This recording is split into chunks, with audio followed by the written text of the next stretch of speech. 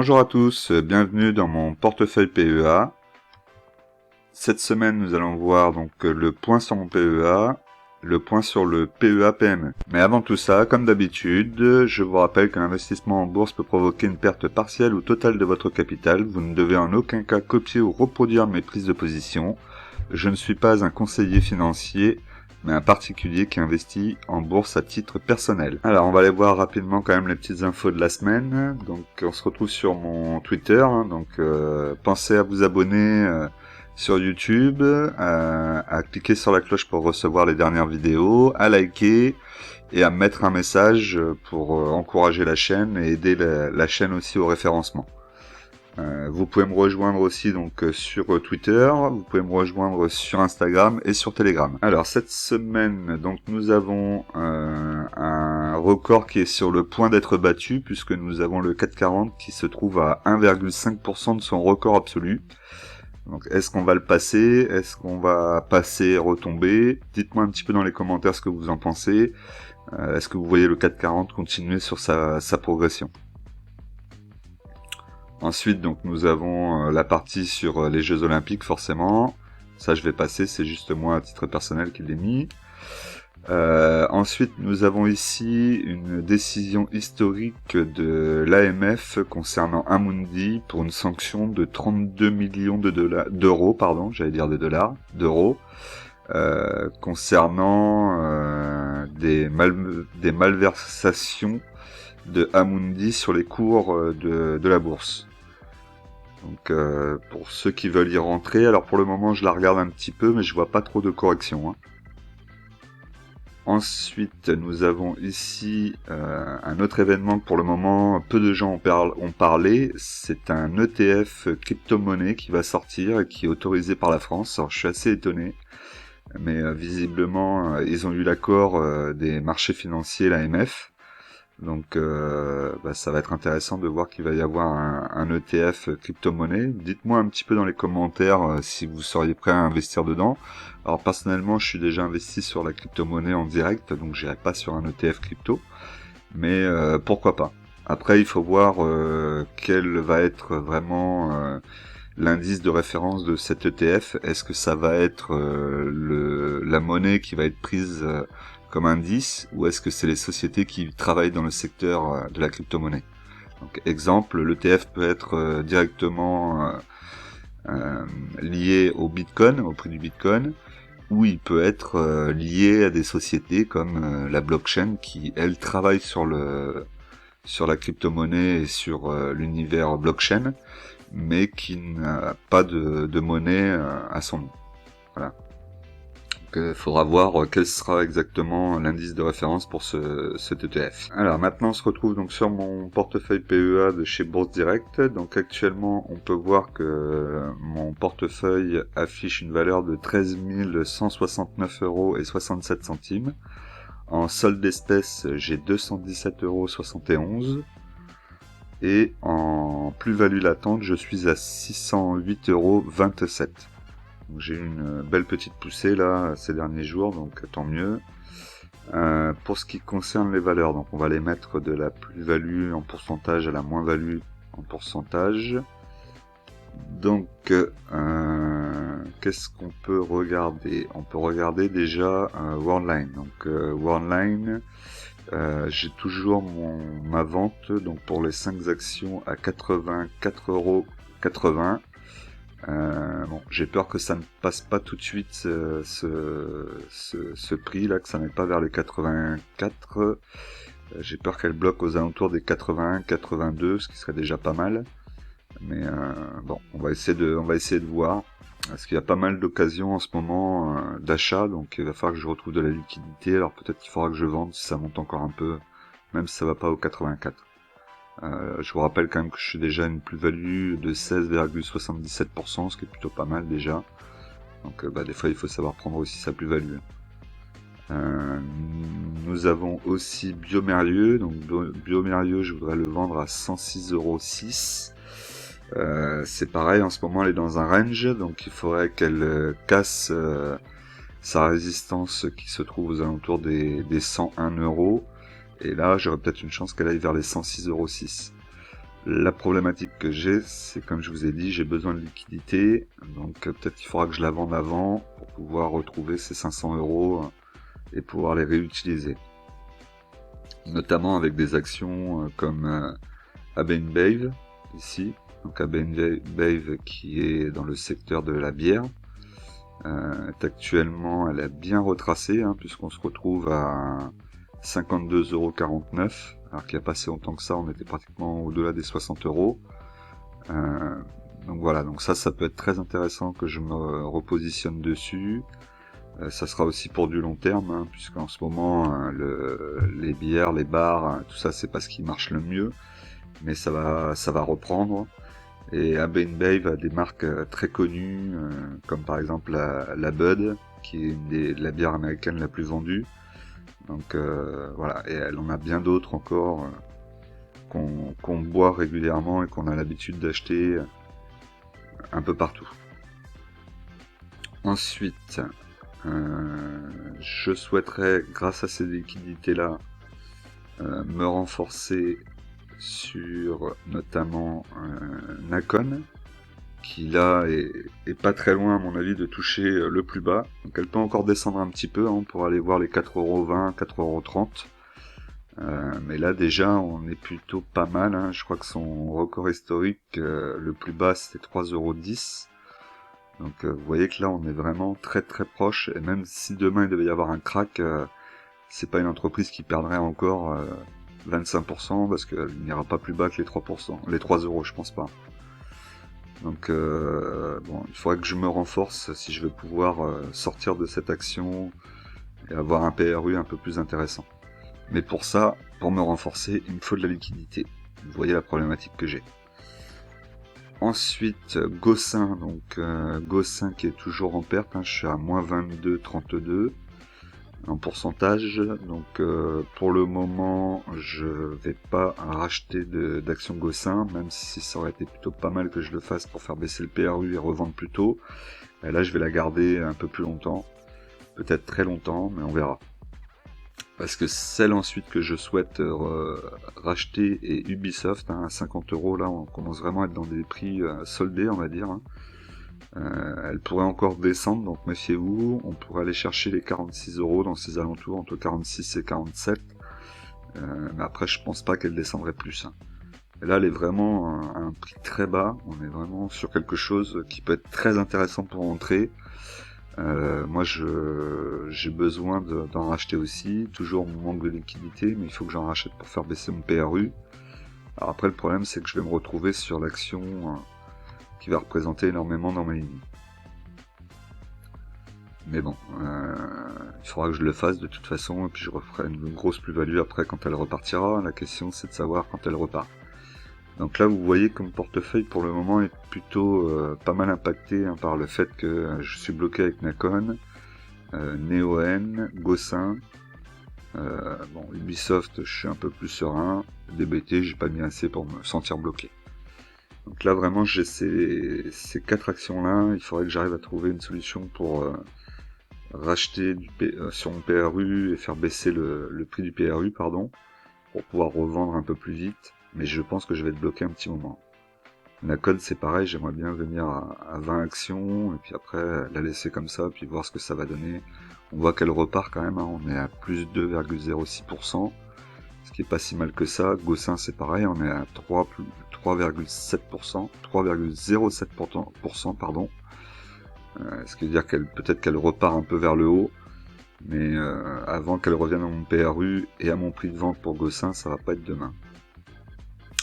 Ensuite Orange, pour le moment, elle veut pas aller chercher mes 8,84 €. Elle se balade entre les 9,40 € et les 9,60 € on va dire. Mais j'ai quand même bon espoir, donc on va laisser l'ordre tranquillement pour le moment. Et on verra, peut-être qu'à la fin du mois, elle aura été chercher ses 8,84 €. Eutelsat, donc Eutelsat, elle reprend sa marche en avant. Donc là, très bien. Si jamais elle retrace, c'est pareil, il faudra que je puisse en reprendre 20 pour avoir une centaine d'actions. Et puis après, on resterait comme ça serait déjà pas mal. Dassault Systèmes, donc là Dassault Systèmes, je vous l'avais dit, hein, avec le split des actions, bah, tout le monde veut rentrer dessus, donc là vous voyez quand même qu'elle a boosté très très vite, hein. Je m'attendais pas à ce que ça aille aussi vite même, hein. Puisque là je suis en plus-value à plus 10,26%, elle augmente quasiment à chaque journée de bourse, de cotation, donc c'est plutôt pas mal. Presque il faudrait aussi que je me renforce. Vous voyez la difficulté, c'est que là il faudrait que je me renforce aussi, et en liquidité j'ai pas ce qu'il faut. Donc voilà, donc il faut faire des ventes pour pouvoir récupérer de la liquidité sur des actions auxquelles je pense l'avoir acheté un petit peu trop cher et pouvoir attendre et re-rentrer dessus plus tard. Dieu merveilleux, il n'est pas dit que je ne rentrerai pas dessus à nouveau dans quelques temps. Donc voilà, DBT, donc DBT on est toujours dans la même situation. Après son augmentation de capital, bon ça repart pas, donc c'est pareil, hein, on va rester comme ça, on est à moins 50%, donc il va falloir être patient. Petite somme, donc là ça me dérange beaucoup moins. On a Score aussi, donc on peut voir que Score actuellement est sous les 24 €, donc moi je vous avais dit qu'à en dessous des 24 € j'essaierai de me renforcer. Pour le moment c'est pas ma priorité, je me focalise d'abord pour essayer de retrouver des PRU plus bas sur les 4 actions que je vous ai parlé tout à l'heure, et ensuite les revendre, et là je pourrais de nouveau regarder un peu plus le marché, essayer de me renforcer sur des actions. Parce qu'au final je me rends compte que j'ai plutôt bien bossé au niveau des dividendes, hein, puisque vous avez vu que j'ai bien augmenté mes dividendes, je serai pas loin des 500 € de dividendes cette année, donc ce qui est plutôt pas mal déjà pour une première année réelle de dividendes. Mais c'est vrai que je perds pas mal de retours de dividendes en ayant mis de l'argent sur ces 4 sociétés qui n'en versent pas et qui sont pour le moment en plus-value latente. En moins-value latente, pardon. Et ce qui fait du mal à mon portefeuille. Mais bon, c'est comme ça, hein, c'est normal, ça fait partie du jeu. Parfois on a le nez fin et parfois pas. Alors après ça veut pas dire que je ferai pas une grosse plus-value, hein, si je fais baisser le PRU, que je suis un peu plus patient, mais le manque de liquidité là me pose problème. Donc il faut vraiment que je rentre du liquide. Voilà, ensuite donc Airbus c'est pareil, donc Airbus on est à 21% de plus-value. C'est pareil, elle a bien EP, je suis content. ST Micro, c'est pareil, 20% aussi. Danone, je regrette d'en avoir que 12. Si elle repasse sous les 60, j'irai peut-être en rechercher aussi pour avoir au moins une vingtaine. Et Schneider Electric qui est à 14,20% de plus-value, ce qui est plutôt pas mal aussi. Vinci qui reste entre 88 et 92, on va dire, pour se donner une fourchette large. Devrait avoir un cours qui devrait monter au prochain résultat, puisque là avec les vacances forcément ça devrait bien marcher. Air Liquide plus 6,45%, on est content, elle fait son petit bonhomme de chemin, je vous dis c'est une action plutôt tranquille. Il faudra que j'essaie de rentrer dessus dans les prochains mois. Objectif au moins 10 actions, pour ensuite pouvoir mettre mes actions nominatifs administrées, et pouvoir bénéficier des avantages que offre l'action Air Liquide. Publiciste, donc Publiciste c'est pareil, elle fait pas grand chose, on est aux alentours de, on va dire entre 52 et 55 €.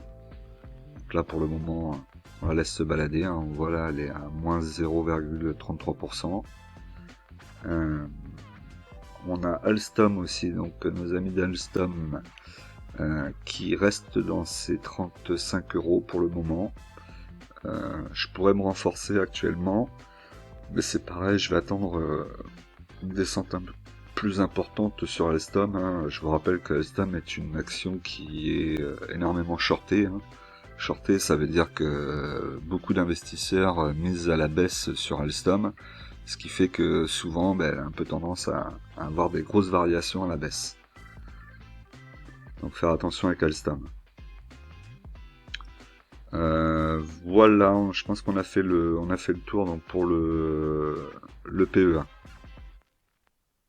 On va aller voir maintenant le PEA PME. Alors on se retrouve donc sur mon PEA PME. Donc sur le PEA PME, première ligne, donc Big Ben Interactive qui m'a versé des dividendes, donc qui m'a versé 3 € de dividendes.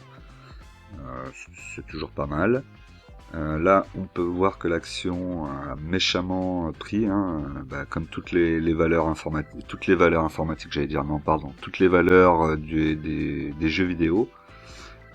Donc là, c'est intéressant d'y rentrer quand même. Il y a pas mal de valeurs. Vous avez vu tout à l'heure Ubisoft, Nacon, Big Mat Interactive. Je dois en oublier d'autres, c'est sûr. Donc ça, c'est vraiment si vous êtes intéressé par ce secteur, n'hésitez pas parce que là, il y a des coups à faire, je pense. Même s'il faudra être un peu patient, mais avec des prix aussi bas, le jeu vidéo, on sait très bien que ça va repartir. Si ça repart pas cette année, ça repartira l'année prochaine. C'est plutôt en pleine croissance qu'en décroissance, le secteur du jeu vidéo. Donc c'est pour ça que quand on a des gros retracements et des marchés qui se perdent un petit peu suite à des annonces de la Chine, notamment, puisque la Chine a annoncé que les jeux vidéo étaient dangereux pour la santé, et donc le cours a été impacté tout de suite, et on a vu de grosses baisses sur tout le secteur du jeu vidéo, même aux États-Unis. C'est là qu'il faut profiter, rentrer, accumuler sur ces lignes, et puis attendre après que ça reparte, que ça se calme. Puisque vous savez bien que le jeu vidéo disparaîtra pas demain, il est plutôt même en train de prendre la place numéro 1 dans les loisirs. Devant le cinéma d'ailleurs, et le théâtre et plein d'autres choses. Ensuite donc nous avons CBO Territoria. Donc CBO Territoria aussi c'est pareil, elle a rebaissé à 3,58 €. Donc là nous sommes dans l'immobilier, une foncière immobilière à La Réunion. Oui, vous avez bien entendu, c'est bien une foncière qui n'a pas encore le statut, mais c'est une foncière. Et donc c'est l'une des seules qu'on peut mettre dans le PEA, et qu'on peut mettre aussi dans le PEA PME, avec un très beau dividende. Donc du coup je vais accumuler dessus, faire des lignes. Donc 3,58, c'est peut-être pas assez important pour pouvoir renforcer dessus, puisque je suis à moins 3,98% de mon PRU. Donc pour le moment on va laisser comme ça, on va essayer de renforcer plutôt Big Ben Interactive. Ensuite on a Verimatrix aussi, alors là Verimatrix elle s'est bien cassé la gueule, on va dire, excusez-moi pour le terme, moins 32,99%, c'est assez énorme.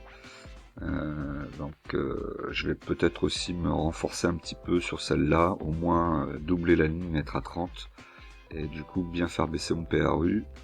Et puis après attendre de voir ce que ça donne, tout ce qui est à la cybersécurité. Logiquement on va en avoir de plus en plus besoin dans les années à venir, donc il n'y a pas de raison que Verimatrix disparaisse. Peut-être des news que je ne connais pas, alors si vous avez des informations, n'hésitez pas à me les communiquer dans les commentaires, ça me permettra de savoir un peu ce qui se passe sur cette action. Voilà donc pour ce qui était du PEA PME. Donc je vous rappelle, toujours la même chose, pensez à vous abonner, à cliquer sur la cloche, à liker, à mettre un commentaire, et vous pouvez aussi me rejoindre sur Twitter, Telegram et Instagram. Et je vais avoir besoin de vous, j'espère que vous allez m'aider, puisque je ne suis plus très loin maintenant de la monétisation. La chaîne est ouverte depuis 10 mois, donc je vous remercie vraiment de me suivre et de participer et d'aider la chaîne à se développer. Et là on est sur la dernière ligne droite, il me manque moins de 50 abonnés pour être monétisé. Donc je compte sur vous, j'espère que cette vidéo sera la bonne et que la semaine prochaine la chaîne sera monétisée. Donc je compte sur vous, pensez à vous abonner, vraiment c'est important. Bien souvent vous êtes pratiquement plus de 50% à regarder mes vidéos sans vous abonner, donc là j'ai besoin de vous, donc aidez-moi. Allez, on continue. Alors maintenant, on va regarder la plus-value de mon portefeuille. Donc mon portefeuille a fait une plus-value de 3,21%, soit 187,84 €. Alors le tableau de l'évolution de la semaine, donc pour le moment il n'a pas changé. Alors je voulais le modifier, vous mettre un tableau un peu plus explicatif avec vraiment que les plus-values. Ça va me prendre pas mal de temps, j'ai pas trop la possibilité de le faire là maintenant. Alors je pense que je le ferai pour le début d'année de l'année prochaine. On va voir. Comme toujours, n'oubliez pas, en investissement, les impatients payent pour les patients. Je vous dis à très vite, passez une bonne semaine et on se retrouve dimanche prochain.